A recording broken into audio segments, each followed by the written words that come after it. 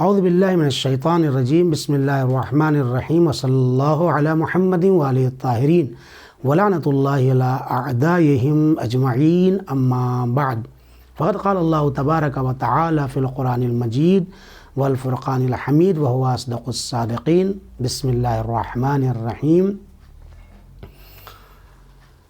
فاعف عنہم واستغفر لہم وشاورہم فی الامر۔ گزشتہ کلپ میں آپ حضرات کی خدمت میں قرآن طرز زندگی کے حوالے سے اس آیہ کریمہ تک گفتگو ہوئی تھی۔ آج اسی سلسلے کو آگے بڑھائیں گے۔ ہم نے عرض کیا تھا کہ استخارے کی اہمیت بعد میں ہے اور مشورے کی اہمیت پہلے ہے۔ مشاورہ کرنا، مشورہ کرنا یہ پہلے ہے۔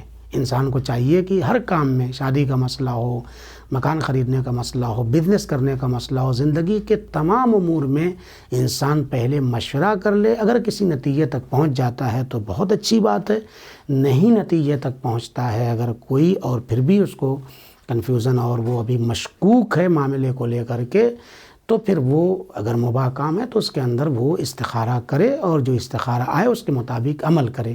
لیکن عرض کیا تھا کہ قرآنی طرز زندگی میں مشورے کی اہمیت زیادہ ہے۔ اب اگر استخارہ کر لیا تو کوشش کرے کہ اس کے اوپر عمل کرے، اور کوشش کرے کہ استخارہ کے جو موارد ہیں وہیں پر آ کر کے استخارہ کرے۔ میں نے عرض کیا تھا کہ انسان کی نیت بھی بعض جگہ صحیح نہیں ہوتی ہے، اسے پتہ نہیں ہوتا ہے کہ نیت کیسے کرنا ہے۔ نیت المومن خیر من عملہ، مومن کی نیت اس کے عمل سے زیادہ نیک اور خیری اس کے اندر پائی جاتی ہے، نیکی پائی جاتی ہے، زیادہ بہتر ہوتا ہے۔ انسان کی جو نیکی ہے، نیکی کی جو نیت ہے اس میں زیادہ بہتری ہے عمل کے بنسبت اور اس کے مقابلے میں۔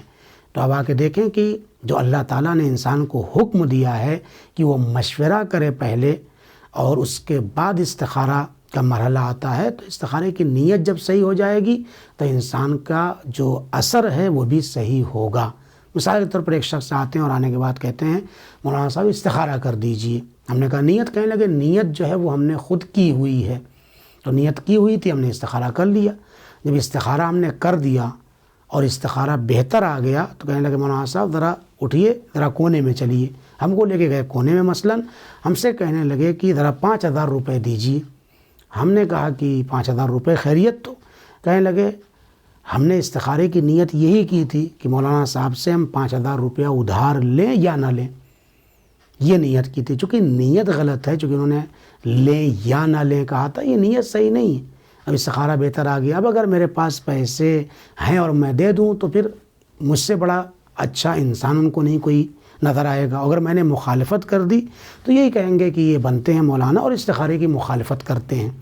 تو آپ دیکھیں چونکہ نیت غلط ہے تو استخارہ بھی ضروری نہیں ہے کہ صحیح آئے۔ لہذا ضرورت اس بات کی، میں نے عرض کیا تھا کہ دنیاوی اور اخروی فائدے کے پس منظر میں استخارہ کیا جاتا ہے اور اسی اعتبار سے آتا ہے۔ صرف مادی اور دنیاوی فائدے کے پیش نظر استخارے کا جواب انسان کو نہیں ملتا ہے۔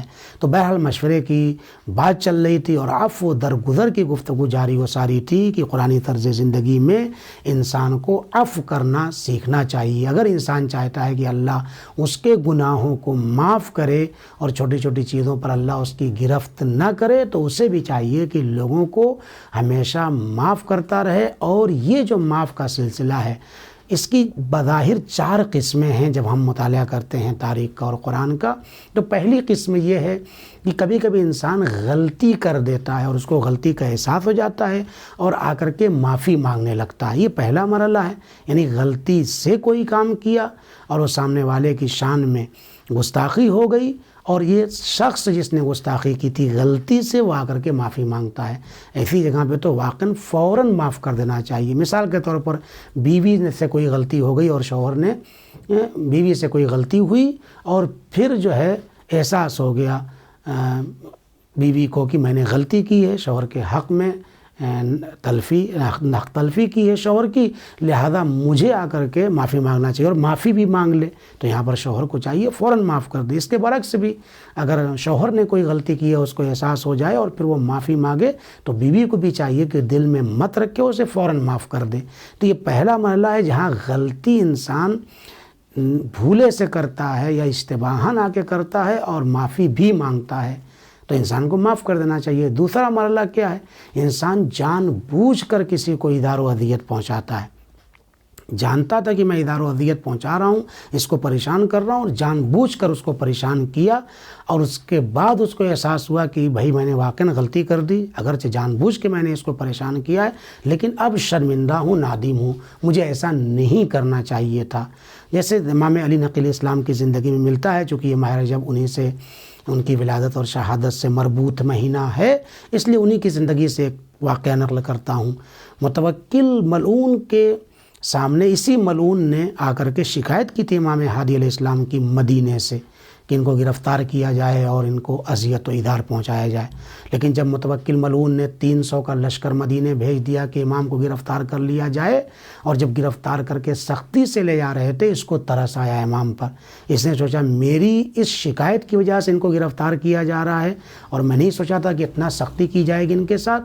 بہرحال شرمندہ ہوا اور امام کے پاس آیا۔ امام نے پہلے تو اس کو معاف نہیں کیا، لیکن جب وہ اصرار کیا، اس نے اصرار جب کر دیا، ایک دو بار اس نے اپنے الفاظ کو استعمال کیا، تو امام علیہ السلام نے کہا کہ میرے خدا نے تجھے معاف کیا اور معاف کر دیا، یعنی امام نے باقاعدہ اس نے امام سے کہا کہ آپ کہیے کہ میں نے آپ کو معاف کیا ہے، تو بہرحال امام علیہ السلام نے معاف کر دیا، چونکہ امام جانتے تھے اس نے غلطی کی ہے اور جان بوجھ کر غلطی کی ہے، یعنی اس نے ظلم کیا ہے میرے اوپر اور جان بوجھ کر یہ غلطی کی ہے، اور اس کے بعد چونکہ شرمندہ ہو گیا اور اب معافی مانگ رہا ہے اور بار بار کہہ رہا ہے، تو امام علیہ السلام نے اس کو معاف کر دیا۔ اسی طریقے سے حر کی زندگی کو آپ مطالعہ کریں گے تو جان بوجھ کر اس نے لجام فرض پر مولا کے ہاتھ ڈالا تھا، لیکن جب آ کر کے معافی مانگی تو امام علیہ السلام نے معاف کر دی۔ اس نے کہا حل لی توبہ، تو امام نے کہا کہ جی تمہارے لیے توبہ ہے، اور میں نے بھی معاف کیا اور میرے خدا نے بھی تجھے معاف کیا۔